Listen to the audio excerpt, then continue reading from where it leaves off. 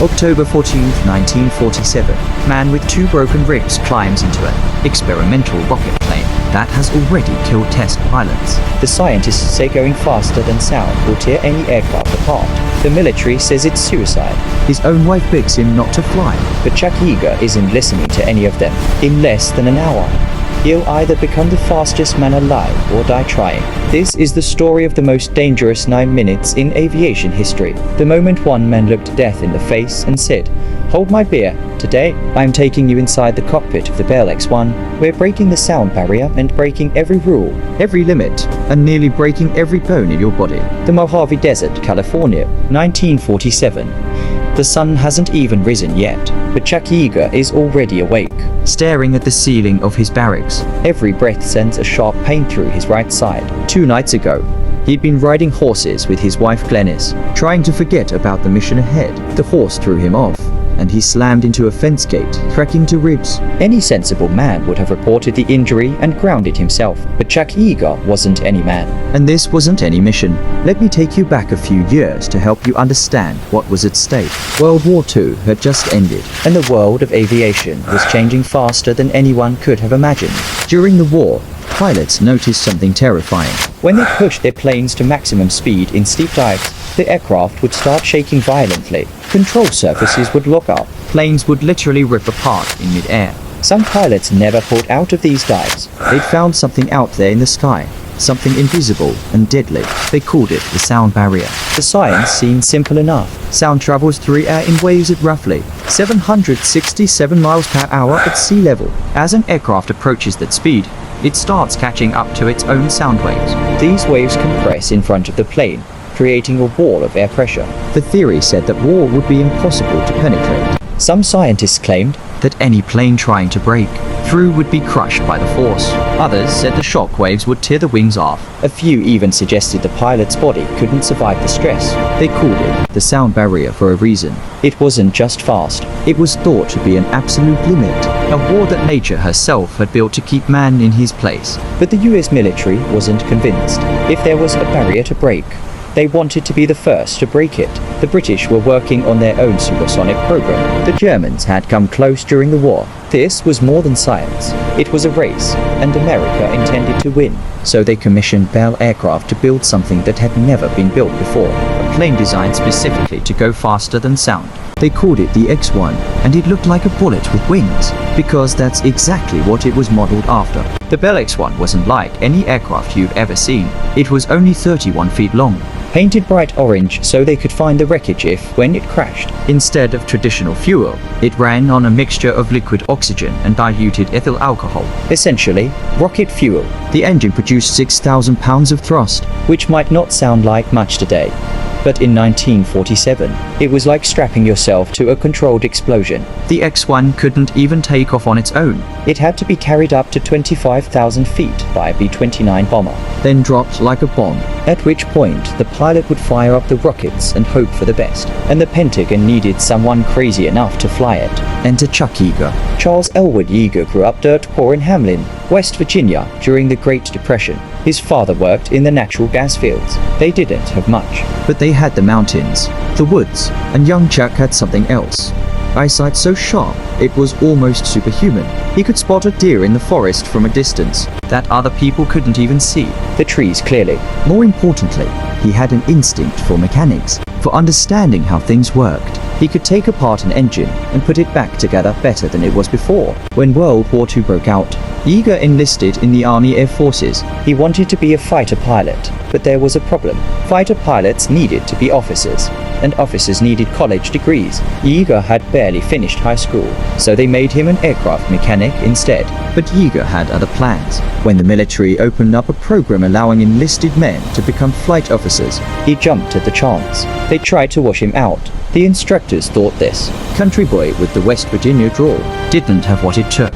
They were wrong. Yeager became one of the best fighter pilots America ever produced. He flew P-51 Mustangs over Nazi Germany, engaging in dogfights at 30,000 feet where one wrong move meant death. On October 12, 1944, he shot down 5 German aircraft in a single mission, making him an ace in one day. By the time the war ended, he had 11.5 confirmed kills. But it wasn't just about the numbers. Other pilots who flew with him said Yeager had something special, an almost supernatural ability to read the sky, to know where his enemy would be before they got there, to push his aircraft to limits others feared. He was exactly what the X-1 program needed, someone with ice in his veins and fire in his heart.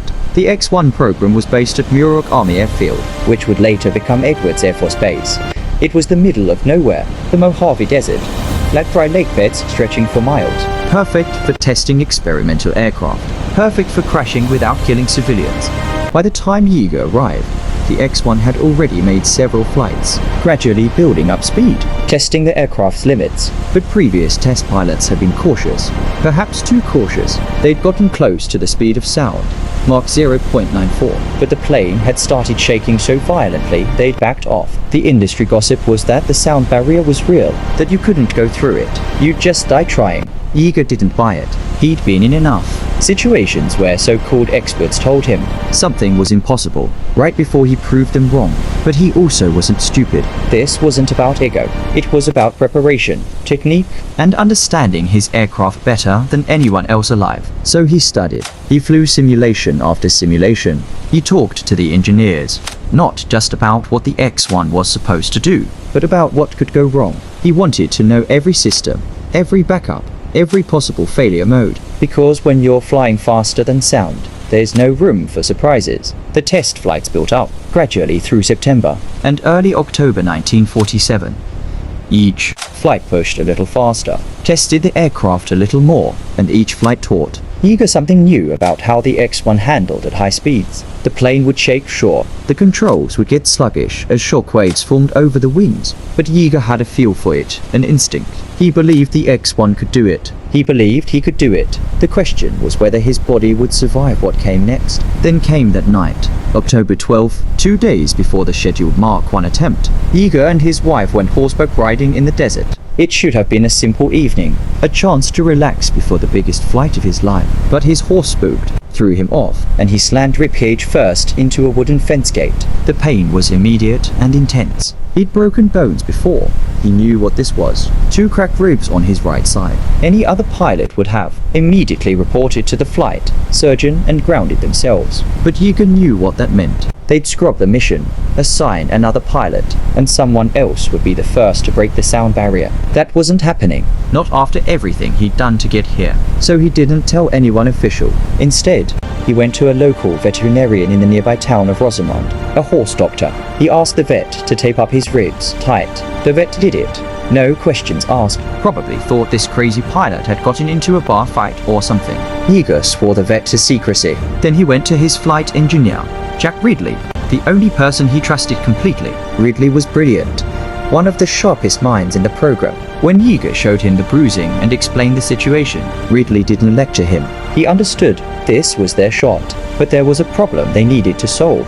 The X-1S hatch locked from the inside. To seal it, the pilot had to pull a heavy lever with their right hand. Using their full body weight and arm strength. With 2 broken ribs, there was no way Yeager could generate that kind of force without passing out from pain. They needed a solution, and they needed it fast. Without telling anyone else what was wrong, Ridley disappeared for an hour, then came back with a piece of broomstick about 9 inches long. He'd cut it off one of the maintenance cruise brooms. The idea was simple but brilliant.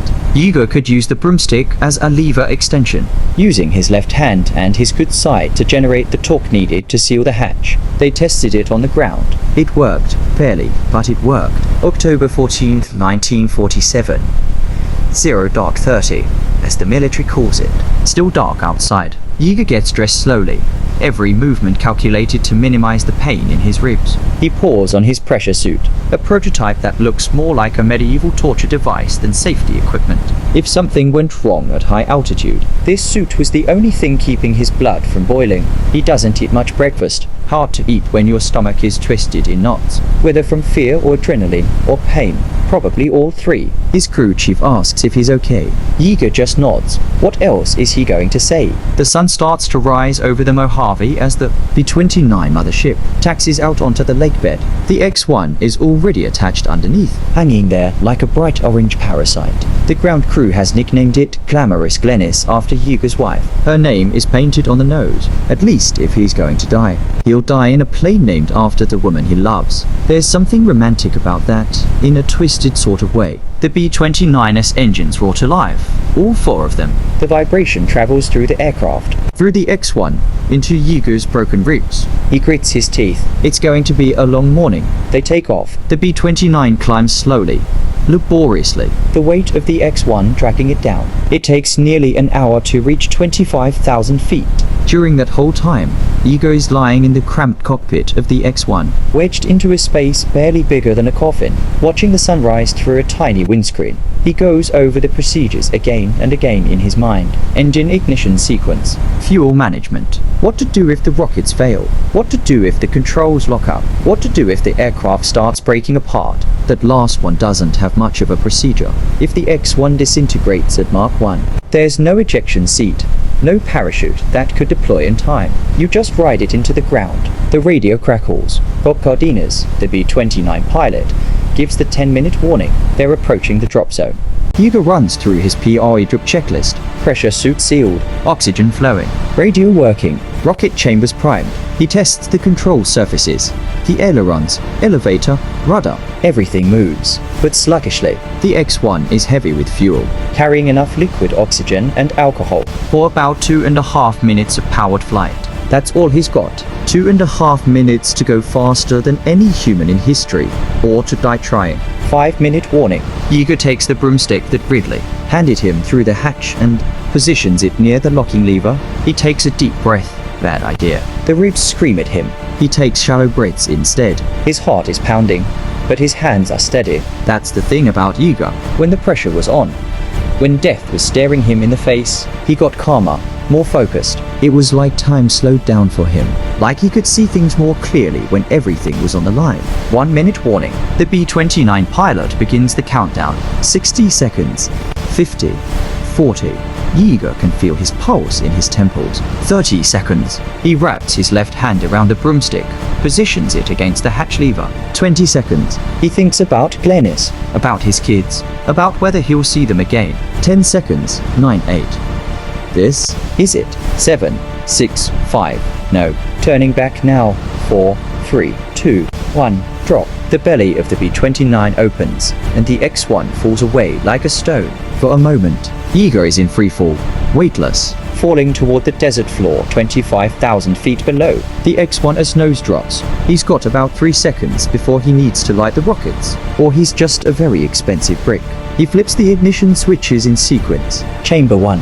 A kick as the first rocket ignites. Bright orange flame shooting out the back. Chamber 2. Another kick. Chamber 3. Now he's got thrust. Real thrust. Pushing him back into his seat. Chamber 4. All 4 rocket chambers firing now. 6,000 pounds of thrust accelerating him forward. Faster. Faster. The X-1 shoots away from the B-29 like a bullet leaving a gun. Yeager pulls back on the stick, angling up slightly, trading some altitude for speed. He's at Mach 0.85 now, 650 miles per hour. The flight plan calls for him to level out at 40,000 feet and then accelerate straight and level. He climbs through 30,000 feet. Mach 0.88. The buffeting starts. Small at first, just a vibration through the stick. He's approaching the transonic region, where the airflow over parts of the plane is supersonic while other parts are still subsonic. It's like driving on a washboard road at high speed. Everything shakes. Mach 0.9. 35,000 feet. The buffeting increases. The nose wants to pitch up and down on its own. Yeager fights the stick, keeping the X-1 level. This is where the other test pilots backed off, where they decided the buffeting was too dangerous. But Yeager's been in worse. He's been in a P-51 with half a wing shot off, fighting for control while German fighters try to finish him off. This is just turbulence. Violent. Aircraft shaking. Teeth rattling turbulence. But just turbulence. Mach 0.92. 40,000 feet. He's leveling out now, letting the X-1 accelerate on the same altitude. The rockets are still firing, still pushing him faster. The fuel gauges are dropping rapidly. He's got maybe 60 seconds of powered flight left. Got to make them count. The buffeting is worse now, much worse. The whole aircraft is shaking like it's trying to tear itself apart. The cockpit instruments blur. He can barely read them. The control stick is fighting him, jerking left and right. And then, something changes. Mach 0.94, the buffeting suddenly decreases. The controls smooth out. For a moment, Yeager wonders if something broke, if he's lost hydraulic pressure, or if the control surfaces have torn off. He checks the instruments. Everything's still working. The rockets are still firing. He's still accelerating. And then he realizes what's happening. He's punched through the worst of the transonic turbulence. The shockwaves are moving aft on the aircraft, shifting position as he gets faster. The X-1 is cleaning up aerodynamically. It wants to go faster. Mach 0.96, 40 to 1,000 feet. The desert floor is almost 8 miles below. If something goes wrong now, He's got about 90 seconds to figure out a solution before he impacts. the rockets are still pushing. The speed is still building. He can see it on the Mach meter. The needle creeping clockwise. 0.97, 0.98. The moment of truth. The make or break point. The sound barrier is right there, just ahead. Invisible, but supposedly impenetrable. Every instinct says to pull back on the throttle, to back off, to live another day. But Yeager doesn't back off. He's come too far. Done too much, risked too much. 0.99. The Mach meter needle fluctuates. It jumps. And then, it does something no human has ever seen before. It goes of scale, completely of the gauge. The needle slams to the maximum reading and bounces there. In the chase plane, Chuck's friend, Bob Hoover, is trying to keep up. Trying to track the X-1 visually. He sees something he's never seen before. A cone of condensed air forming around the X-1, then exploding outward. A boom echoes across the desert floor, rolling like thunder. People on the ground look up, confused. They've never heard anything like it. Inside the X-1, everything goes quiet, eerily quiet. The buffeting is completely gone. The controls are smooth, responsive. It's like the aircraft has passed through a curtain into a different world. Yeager checks the instruments again. Everything's working perfectly. The rockets are still firing. But he's not accelerating as rapidly now, because he's burning through fuel fast. He looks at the backup Mach meter, the one with a higher scale. The needle reads Mach 1.06. He's done it. He's broken the sound barrier. For a moment, Chuck Yeager just sits there, 7 miles above the Mojave Desert, flying faster than sound. Faster than any human being has ever flown. And he laughs. Actually laughs. Because all those scientists who said it was impossible, all those experts who said the sound barrier was impenetrable, all those naysayers who claimed anyone trying would die, they were all wrong. The sound barrier wasn't a wall. It was just another number. And Chuck Yeager just proved that with enough thrust, enough courage, and enough sheer determination, you could blow right through it. He radios down to the chase plane. His voice is calm, almost casual, with that West Virginia drawl. Hey Ridley, make another note. There's something wrong with this Mach meter. It's gone kinda screwy on me. Ridley knows exactly what that means. They planned this code phrase. If Yeager reported the Mach meter was screwy, it meant he'd gone supersonic. Back at mission control, engineers and officers erupt in celebration. They've just made history. But Yeager's not done yet. He still has to land this thing. The rockets finally sputter out, fuel exhausted. The X-1 becomes a glider. A very fast, very heavy glider. He's at 40 to 1,000 feet with no engine. And he needs to make it back to the lake bed at Muroc. He banks the aircraft, feeling how it responds at supersonic speeds. Surprisingly gentle, actually. More responsive than it was in the transonic region. He lets the speed bleed of naturally as he descends, bringing the X-1 back down through the sound barrier, through the buffeting region, back into the normal world where aircraft make sense. The landing is almost anticlimactic. He lines up with the dry lake bed, drops the landing gear, flares at just the right moment, and touches down smooth as silk. The X-1 rolls to a stop. Yeager sits there for a moment, suddenly aware of the pain in his ribs again. The adrenaline is wearing off. Everything hurts. But he's alive. More than alive. He's just become the fastest man on Earth, the first human to break the sound barrier. Not bad for a kid from West Virginia who barely finished high school. The ground crew swarms the aircraft. They're cheering, shouting, pounding on the fuselage. Yeager pops the hatch, using the broomstick one more time. When he climbs out, moving carefully because of the ribs, his flight suit is soaked with sweat. Jack Ridley is the first to reach him. They look at each other, and Ridley just nods. They both know what they've accomplished. They've changed aviation forever. They've opened up a new frontier. Everything that comes after, the supersonic fighters, the space program, the modern jet age, all of it starts right here. Right now, with this flight. But here's the thing that a lot of people don't know. The flight was immediately classified top secret.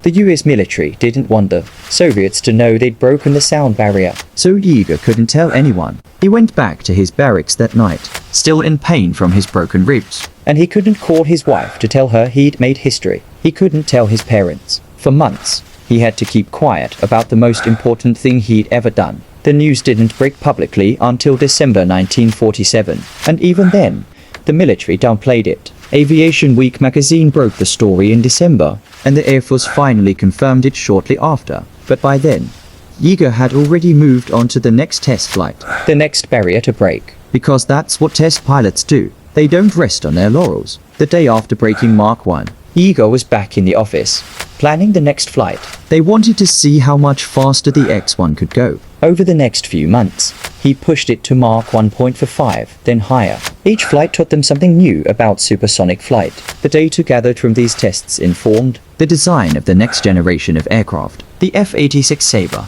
America's first swept-wing jet fighter, used lessons learned from the X-1 program. So did the F-100 Super Sabre, the first fighter capable of supersonic speed in level flight. The technology trickled down into commercial aviation too, though it would be decades before commercial supersonic flight became reality with the Concorde. Chuck Yeager didn't stop with the X-1 over the next decade. He continued testing experimental aircraft, pushing the boundaries of speed and altitude. He flew the X-1A to Mach 2.44 in 1953, going more than twice the speed of sound. During that flight, the aircraft went into an uncontrollable spin, tumbling from 80,000 feet down to 25,000 feet before Yeager managed to recover it. Any other pilot would have ejected. Yeager rode it out and saved the aircraft. He flew over 200 different types of military aircraft during his career. He trained the first astronauts. He fought in Vietnam, flying 127 missions. He retired from the Air Force as a brigadier general in 1975, but he never really stopped flying.